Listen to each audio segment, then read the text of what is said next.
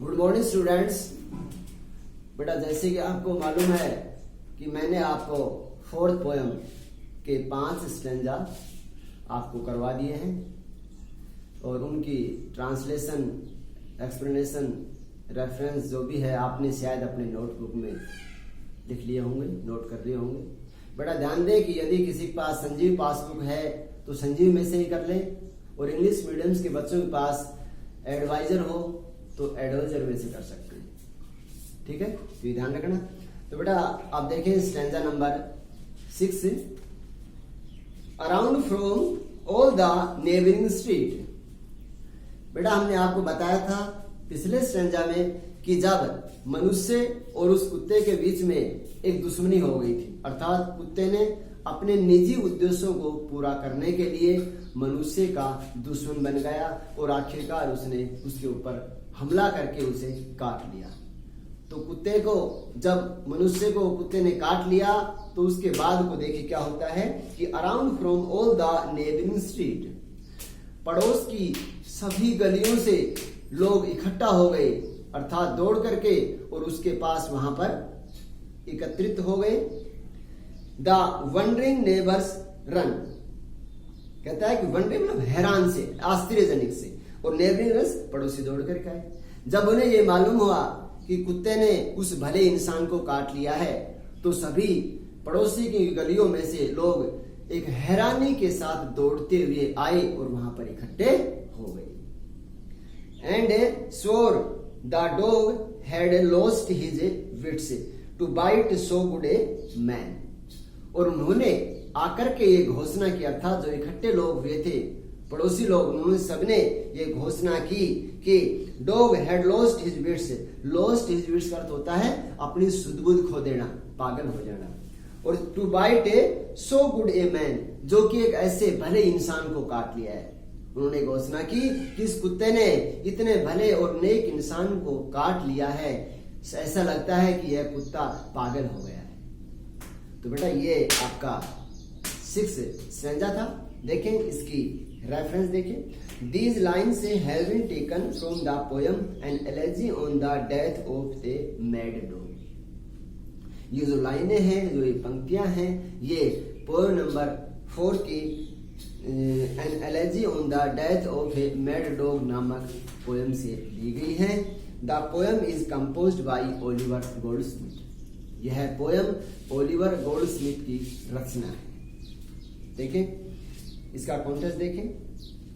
Neighbour से fellow humans express wonder, कहते हैं कि जो नेबर्स यानी उसके जो पड़ोसी लोग थे, फेलो ह्यूमन उसके जो साथी मानव लोग थे, उसके पड़ोसी थे, वे सभी एक्सप्रेस वंडर, एक हैरानी सी व्यक्त करते हैं, एक अद्भुत हैरानी को व्यक्त करते हैं। That accuse the dog of breaking off a coordination of the nature. Coordination समन्वय, नेचर प्रकृति, कहता है कि प्रकृति के समन्वय को तोड़ने का उस कुत्ते के ऊपर दोषारोपण करते हैं, दोष लगाते हैं। अर्थात जो मनुष्य और उसके बीच में जो समन्वय बना हुआ था, उसने, उस कुत्ते ने मनुष्य को काट करके उसके बीच का जो समन्वय, जो संबंध था, उसने उसको तोड़ दिया। आगे देखें explanation. The poet says that the dog bite the good man to bring out about his death। कहता है, इसका अनुवाद देखिए। द पोइट सेज, कवि कहते हैं, that the dog bit the good man, the dog bit the good man to bring out his death। कहते हैं कुत्ते ने मनुष्य को मारने के लिए उसे काट लिया है। सिंगिंग दिस, यह सब देख करके, यह सब देख करके, all men gathered round there from all the street। ऐसा सुनने के बाद गलियों में, सभी गलियों में जो उसके पड़ोसी थे, सभी आसपास की गलियों से लोग इकट्ठा होकर के वहां पर आ गए, अर्थात उसके चारों तरफ इकट्ठा हो गए। They were wonderstruck to witness that scene, और वे that scene इस दृश्य को, और वे सभी लोग इस दृश्य को देख करके बहुत ही हैरान थे, बहुत ही आश्चर्य में थे। They were then assured, वे इस बात से आश्वस्त थे, भरोसेमंद थे, assured तो भरोसेमंद, इस बात से आश्वस्त थे that the dog had become mad, the dog had become mad only to bite a man who was the such good at a nature. वे कहने लगे, वे इस बात से आश्वस्त थे कि कुत्ते ने जिस एक ऐसे भले इंसान को जो काट लिया है, ऐसा लगता है कि कुत्ता पागल हो गया है। अर्थात इस कुत्ते ने जो इस नेक मनुष्य को, भले इंसान को काट लिया है, ऐसे मनुष्य के काटने से ऐसा लगता है कि यह एक पागल बन गया है, अर्थात ये कुत्ता पागल हो गया है। तो बेटा ये इसकी एक्सप्लेनेशन थी। अब देखें स्टैंजा नंबर आपका 7। देखें, the wound it seems both सोर एंड सैड। कुत्ते ने जब मनुष्य को काट लिया था तो ऐसा लगता है कि कुत्ते के द्वारा काटने से जो घाव हुआ था वह घाव, सोर होता है पीड़ा युक्त, वह बहुत ही पीड़ा युक्त था, दुख देने वाला था, एंड सैड और बहुत ही दुखद था। टू एवरी क्रिश्चियंस आई, और कहता है कि यह सब कार्य प्रत्येक ईसाई को दिखाई दे रहा था। क्रिश्चियन आई, ईसाई धर्म मानने वाले लोगों को कहता है यह जो कार्य कुत्ते के द्वारा किया गया था, जो काटा गया था, यह सब ईसाई धर्म के लोगों को दिखाई दे रहा था। एंड व्हाइल दे सोर द डॉग वाज मैड, और कहता है जब तक कि वे यह निश्चित कर बतला पाए, अर्थात जब तक वो इस बात को निश्चित कर पाए कि डॉग वाज मैड, कि कुत्ता पागल हो गया है, अर्थात जब तक वो इस बात को सिद्ध कर पाए कि कुत्ता पागल हो गया है, जिसकी वजह से इसने इस मनुष्य को काट लिया है। दे सोर द मैन वुड डाई, और उन्होंने यह भी बतला दिया, यह भी उन्होंने घोषित कर दिया था कि जब कुत्ते ने मनुष्य को काट लिया है तो यह मनुष्य निश्चित तौर से मर जाएगा। यह भी उन लोगों ने इस बात की निश्चितता घोषणा भी कर दी थी कि कुत्ता भी पागल हो गया है और निश्चित तौर से इसके काटने से इस मनुष्य की मौत भी हो जाएगी। बेटे देखा इसका, अब अगला इसी पैसेज का देखें, रेफरेंस देखें। These lines have been taken from the poem an elegy on the death of a mad. ये जो पंक्तियां हैं ये in elegy on the death of a mad dog नामक पोएम से ली गई है। The poem is composed by Oliver Goldsmith. यह पोएम ओलिवर गोल्डस्मिथ की रचना है या इनके द्वारा रचित है। कॉन्टेक्स्ट देखें बेटा। The wondering neighbours was sure, कहता है जो हैरानी से भरे हुए जो पड़ोसी लोग थे, हैरान से आश्चर्य में भरे हुए सभी पड़ोसी लोगों को इस बात का विश्वास था या इस बात से वो आश्वस्त थे दैट द मैड डॉग से bite would kill the man. वे इस बात के से आश्वस्त थे कि कुत्ते ने, उसे पागल कुत्ते ने जो मनुष्य को काटा है, इससे शायद मनुष्य मर जाएगा। इस बात से वे सभी आश्वस्त थे, विश्वस्त थे। देखिए बेटा explanation. In these lines the poet says, इन पंक्तियों में कवि कहते हैं that the wound of the mad dog से बाइट वाज वेरी पेनफुल। उन्होंने कहा, कवि कहते हैं कि जो पागल कुत्ते के काटने से जो घाव बना था वह घाव वाज वेरी पेनफुल, वो बहुत ही दर्दनाक था, दुखदायी था, पीड़ा देने वाला था। All religious people were sad to see it.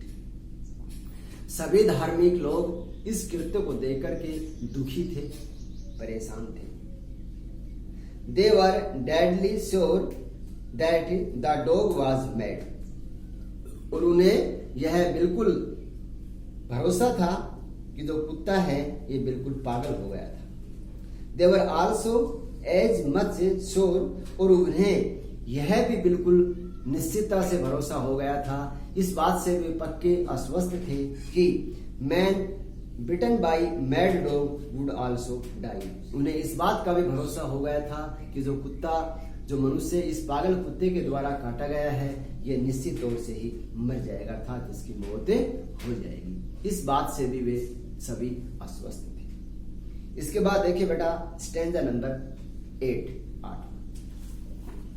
देखिए, but soon a wonder came to light.